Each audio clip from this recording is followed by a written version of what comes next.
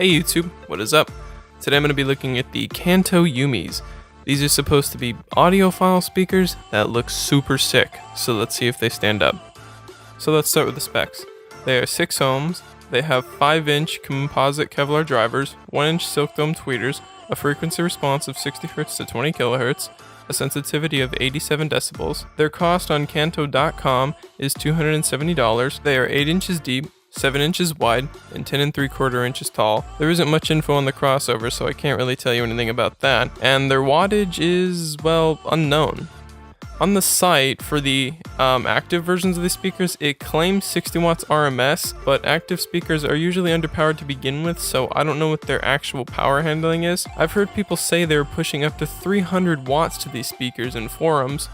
That's not 4 ohms, I meant a forum where you would type. And there are other people who are saying they can basically power these things with potatoes, so I guess their wattage is going to remain a mystery until somebody buys a pair of these specifically to blow up and do the math and see how much power they can take before they have a shit fit.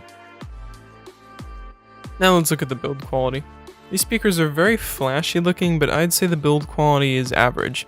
They look very shiny and clean and sleek, and you just want to make love to them until you get to their ugly backside. Now, I think this backside would look much better with the matte version of these speakers, but it really sticks out with the glossy speakers because the back is just a piece of charcoal black MDF that was just bolted onto the back, and it doesn't match. The back end looks really cool and sophisticated, like a pair of studio monitors, but the front looks like boutique speakers, and it doesn't match. It looks weird. You just have to say that you're fine when you're not really fine. If you couldn't already tell, I seriously regret getting the glossy version of these speakers. I got a deal on them for $100, and I chose the glossy version because they look really cool, and that was a mistake. You could literally scratch the shit out of these just by wiping them with the wrong kind of rag. You can only use microfiber rags or else they will scratch. Mine already have a good number of scratches on them, and they're only a week old. The smooth surface of these also makes it impossible to dust them.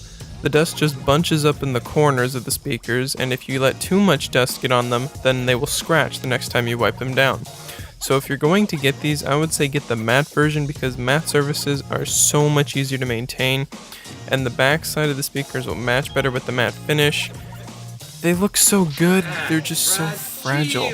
If you get the glossy version, be ready to do maintenance on them every day or else they will get ugly fast. And keep them away from bright light because the reflection of these things is blinding. On the inside we can see the base port is just a toilet paper roll. The woofer has a massive shield on it which most likely has a magnet of similar size underneath. The paint in here looks pretty dodgy and the crossover looks very simple and possibly homemade, but I think Kanto put their money in the right places because although there isn't much to that crossover, it does a pretty good job and it's not like anybody is going to see those paint bubbles. So the price to performance I'd say is pretty meh.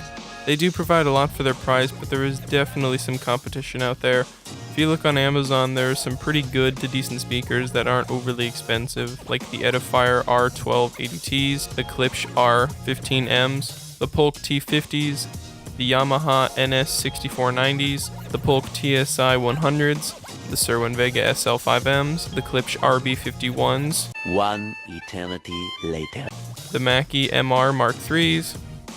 My point is, they're not the only audiophile grade speakers for the money. So are they overpriced? I'd say no. You can obviously get as good, if not better, speakers at a better price, but if you're looking for speakers with a nice face and really good sound quality, then these are the ones to get. These are the kind of speakers that are supposed to look nice so you don't scare away your new girlfriend with big ugly speakers sitting around your house. The design is pretty generic, but these are not bad speakers at all. So, time for sound quality. And I'd say they sound good, but obviously I can't just say that because of course they do. They're audiophile speakers. I mean, they're definitely not going to sound terrible. Do I think they sound just good, or do I think they sound like audiophile speakers? I'd say they sound like audiophile speakers. They have great imaging and they sound really clear, but since they are passive speakers, it is hard to judge them because different amps will make them sound different. But I mean, sound quality shouldn't even really be a question. I mean, they're audiophile speakers. They sound good, of course they do. I can't really explain or demonstrate the sound. It's like kind of those you have to be there kind of things. So they don't sound like trash. They definitely sound good, but if you actually want to know what they sound like, then you'd have to get a pair for yourself. And I have posted a link in the description and at the end of this video to a sound test I did of these. And I mean, you know, take what you will from that. I mean, of course, it's gonna sound good. Of course it would. Why wouldn't it? Dolby. Any more of those cupcakes? Now these speakers do require some breaking in, but it's not very long. It's only a few hours. They do need a good amount of power to break them in, but once they're loosened up, you can power them with just about anything. I found they started to sound good at about 2 hours of break-in, and then just gradually get better over the next day or so worth of use. So, are these speakers good? They have their ups and downs, but I would think if you want a pair of these, then don't hesitate. They have a nice look to them and they sound great. I wouldn't use them as studio monitors for sound editing. They're good for video editing because they're very accurate sounding, but you should get a real pair of monitors for sound editing. These are good speakers for the price, I would say.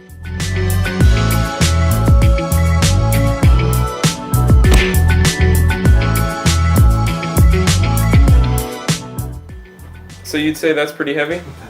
Heavy. Now compare it to this. What the heck? Now let's hear the sound. Now, would you say that's heavy too? No, this is light. Okay. This is... Put that one down. I'm free to use 2 hands of these because they're very delicate.